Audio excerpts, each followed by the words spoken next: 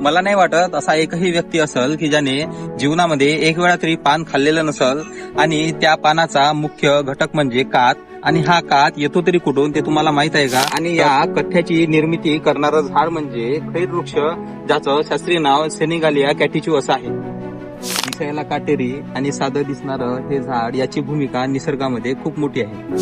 आणि या झाडाच्या लाकडामधून आपल्याला कत्था नावाचा खास पदार्थ मिळतो, जो शतकानुशतक औषधामध्ये आणि पानामध्ये वापरला गेला आहे.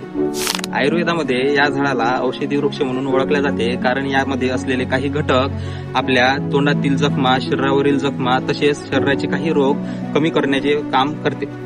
म्हणजे झाड एक पण काम औषधाचं, पर्यावरणाचं आणि संरक्षणाचं.